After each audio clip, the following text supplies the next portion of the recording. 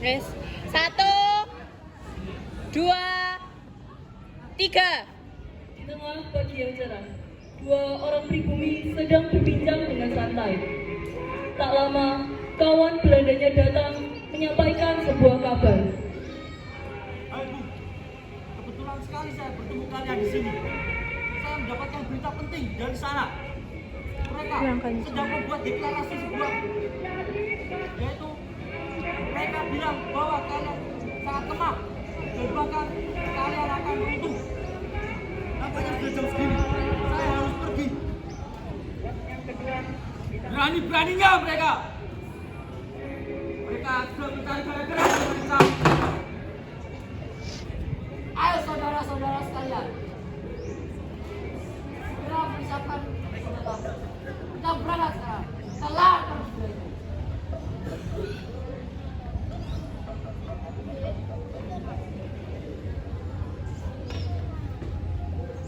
Wah, datang juga mereka. Hei kau, panjang umurlah dirimu. Ternyata benar kata Wambu itu. Kita akan datang menyerang kita. Masa mau gimana? Kalau mereka ya, ya, ya, ya, ya, ya, ya.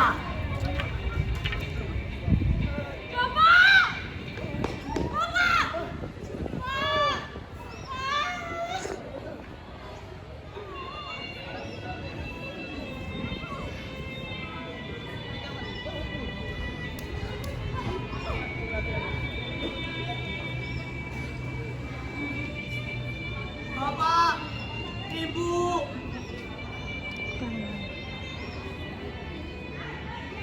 hai, percaya! Kalian semua yang merasa tinggi, kalian yang mengusik kedamaian tanah airku, kalian yang hanya peduli dengan bangsa kalian sendiri. Sudah waktunya kalian pergi dari bumi pertiwiku. Ibu Pertiwi sudah tidak kuat lagi. Dia sudah tidak kuat dengan darah yang kalian tumpahkan. Dia sudah tidak kuat dengan masalah yang terus kalian nampakkan. Dia sudah tidak kuat dengan apapun yang kalian lakukan, alam yang selalu kalian pijat.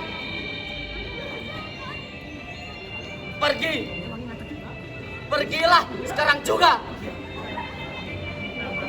Aku tak peduli walau hanya dengan senjata dari bambu. Aku tak peduli walau kain pakaianku lusuh.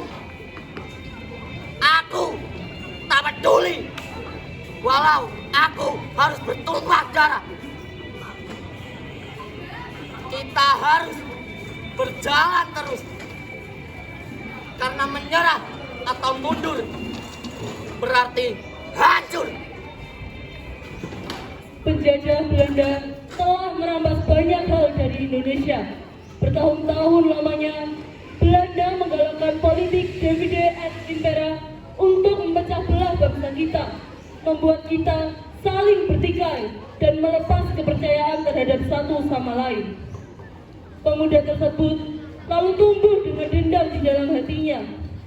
Ia bertekad untuk memerdekakan bangsa Indonesia dari penjajah. Begitupun juga dengan apa yang Belanda lakukan kepada organisasi-organisasi pemuda yang ada di Indonesia.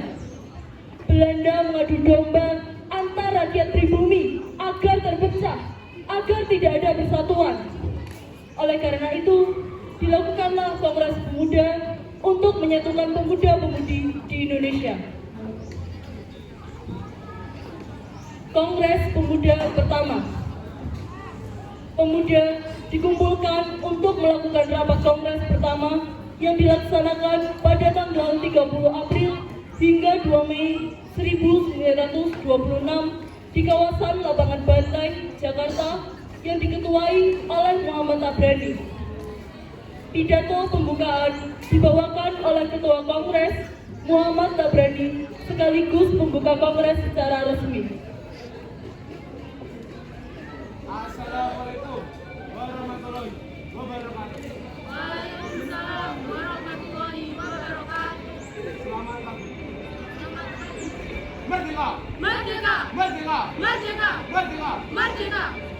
kasih saudara-saudaraku sekalian yang telah menghadiri pada rapat hari ini. Selaku ketua, saya mengumpulkan seluruh perwakilan dari seluruh organisasi pemuda di Indonesia agar bekerja sama untuk meraih kemerdekaan Indonesia. Pada hari ini kita memiliki misi untuk menyatukan setiap isi organisasi pemuda. Dengan ini saya buka kongresnya. Setelah kongres dibuka secara resmi, wakil-wakil dari perkumpulan yang menghadiri kongres diberi waktu untuk ikut berpendapat kepada satu sama lain. Jika ingin menyatukan visi dan misi, maka kita harus menghilangkan sifat kedaerahan kita, Bu. Tidak hanya mementingkan kepentingan daerah saja, tetapi kita juga wajib mementingkan kepentingan bersama. Benar sekali, Bu. Persatuanlah senjata kita dalam melawan penjajah. Saat ini kita memang lemah karena kita terpecah belah. Ya, benar sekali. Kita perlu memiliki cita-cita yang sama, yaitu merdeka. Tetapi, jika kita tidak mau berupaya untuk membangun persatuan, dan hanya yang hadir pada rapat kali ini saja yang berjuang, lantas mengapa kita berupaya? Benar, para pribumi tak terdidik juga selalu membeda-bedakan. Tidak mau berbicara pada para pemuda Ambon, bahkan mereka mencaci satu sama lain. Memang pribumi tak terdidik jika tidak tahu diri. Maksud panjenengan apa dan pribumi tidak terdidik, kan? Secara tidak langsung, panjenengan merendahkan bangsa kita sendiri. Sudah cukup. Kita semua tentu harus menggalakkan persatuan. Kita harus mengajarkan masyarakat betapa pentingnya bertekad dan bersatu. Setuju? Setuju. Setelah melaksanakan kongres pertama tersebut, didapatkan kesepakatan bersama, yaitu 1. Semua organisasi pemuda bersatu dalam Perkumpulan Pemuda Indonesia dan menghilangkan sifat kedaerahan. 2. Mengakui serta menerima cita mewujudkan persatuan Indonesia. 3. Mempersiapkan Kongres Pemuda kedua. Kongres Pemuda kedua. Kongres Pemuda kedua diadakan pada tanggal 27 Oktober sampai 28 Oktober tahun 1928 yang diadakan di Jakarta. Kongres Pemuda kedua ini dipimpin oleh Sugondo Jaya Puspito, perwakilan Perhimpunan Pelajar-Pelajar Indonesia sebagai pimpinan acara. Selamat pagi saudara-saudara. Selamat pagi. Sebelumnya, saya ingin berterima kasih kepada saudara-saudara yang telah hadir pada kesempatan kali ini. Dengan hadirnya saudara-saudara sebagai perwakilan dari seluruh organisasi pemuda di Indonesia, ini merupakan langkah awal bagi kita untuk membentuk dan memperkuat persatuan dan kesatuan di Indonesia ini. Baiklah, sebelum kita memulai Kongres Pemuda kedua pada kesempatan kali ini, perkenalkan kawan saya, Bung Yamin, akan membacakan putusan yang telah ia buat. Silakan, Bu. Izinkan saya untuk membacakan pesan yang pertama. Kami, putra-putri Indonesia, mengadu bertumpah darah yang satu, tanah air Indonesia. Kami, putra-putri Indonesia, mengaku berbangsa satu, bangsa Indonesia. Kami, putra-putri Indonesia, menjunjung tinggi bahasa persatuan, bahasa Melayu. Maaf, Bu Yamin, saya sangat tidak setuju terhadap bahasa persatuan yang telah disebutkan. Kenapa tidak menggunakan bahasa Jawa saja? Toh, penduduk Jawa ini sangat banyak. Tentunya yang bisa bahasa Jawa juga banyak. Mana bisa seperti itu? Bahasa kita kan berbeda-beda. Jika Bung ingin menggunakan bahasa Jawa, ciptakan saja negara sendiri. Sudah, cukup, saudara-saudara. Baru dihadapkan dengan masalah seperti ini saja kalian sudah ribut. Bagaimana kalian akan menghadapi para penjajah itu? Bagaimana kita bisa menang melawan para penjajah itu? Terkait permasalahan ini, saya memiliki usulan. Seperti yang disampaikan oleh Bu Yani tadi, kita itu bertumpah darah yang satu, tanah air Indonesia. Kita juga berbangsa yang satu, bangsa Indonesia. Lantas mengapa kita tidak menggunakan bahasa Indonesia sebagai bahasa persatuan kita?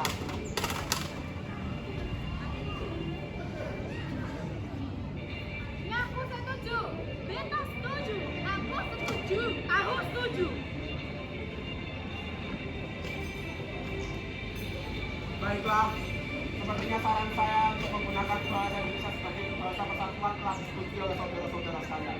Apa benar seperti itu, saudara? Benar. Baiklah, sebelum hasil rumusan ini disampaikan, perkenankan kawan saya, Muwakil Rudolf Supratman yang akan membawakan karya ciptaannya untuk negeri kita tercintai. Silakan, Bu. Terima kasih atas kesempatan yang telah diberikan kepada saya untuk mempersembahkan karya saya yang berjudul Indonesia Raya.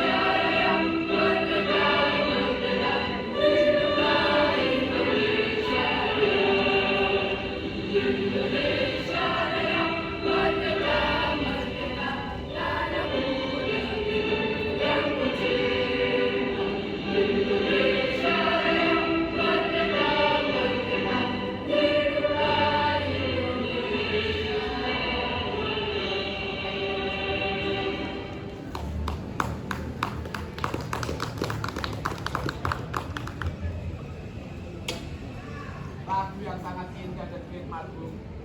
Terima kasih. Baiklah, selanjutnya untuk hasil putusan rumusan akan dibacakan kembali oleh Bunyamin. Izin membacakan hasil rumusan kita pada kesempatan kali ini. Yang pertama, kami putra putri Indonesia. Kami putra putri Indonesia. Mengaku bertumpah darah satu. Darah satu. Tanah air Indonesia. Tanah air Indonesia. Kami putra putri Indonesia. Kami putra putri Indonesia. Mengaku berbangsa satu. Mengaku berbangsa satu. Bangsa Indonesia. Bangsa Indonesia. Kami putra putri Indonesia. Kami putra putri Indonesia. Menjunjung tinggi bahasa persatuan. Menjunjung tinggi bahasa persatuan. Bahasa Indonesia. Bahasa Indonesia.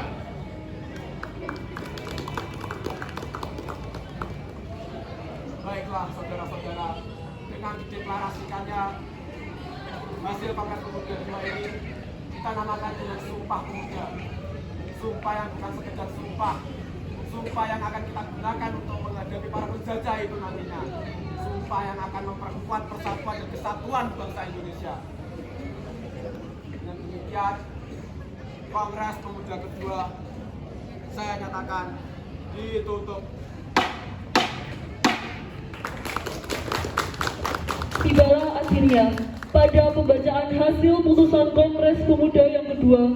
Hari itu 28 Oktober 1928, seluruh organisasi pemuda melebur dalam satu wadah bernama Indonesia Muda.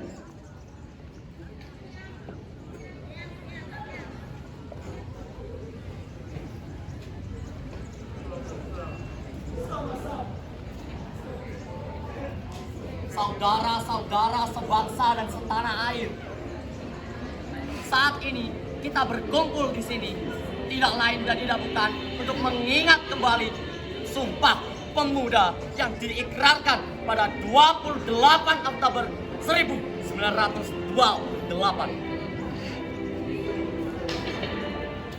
Lantas, apakah kita mampu memaknai dan memahami sumpah tersebut?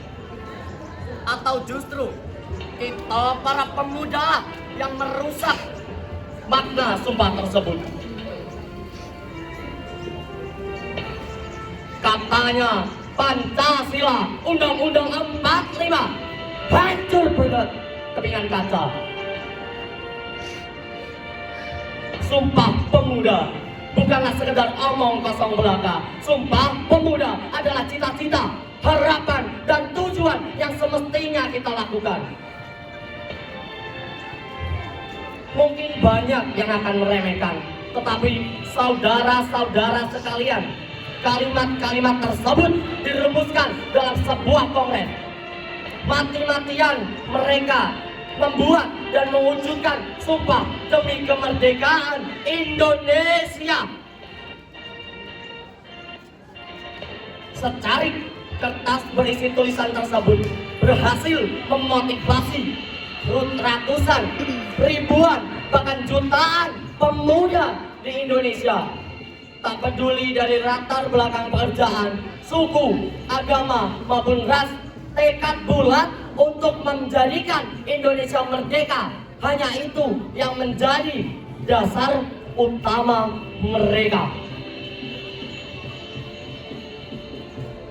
Setelah kemerdekaan, secarik kertas tersebut juga berfungsi sebagai pengingat bahwa kita akan terus bersatu apapun yang terjadi sampai titik darah penghabisan.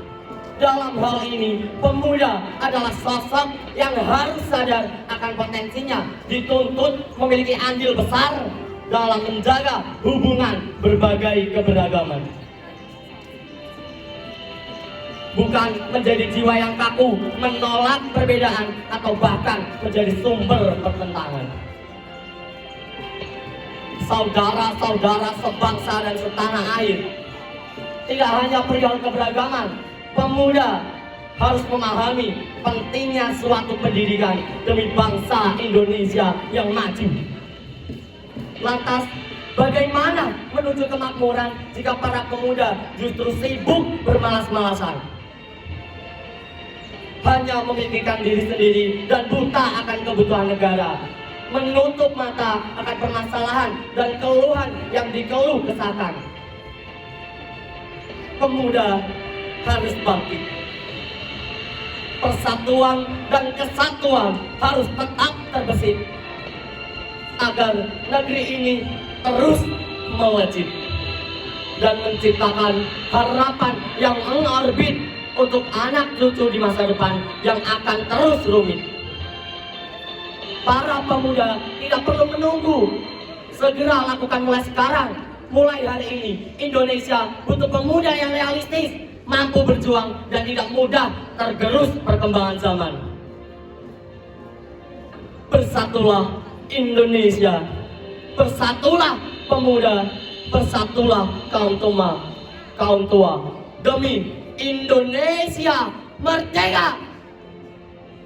Sumpah kami bukan sumpah serapah. Sumpah kami adalah perjuangan dan darah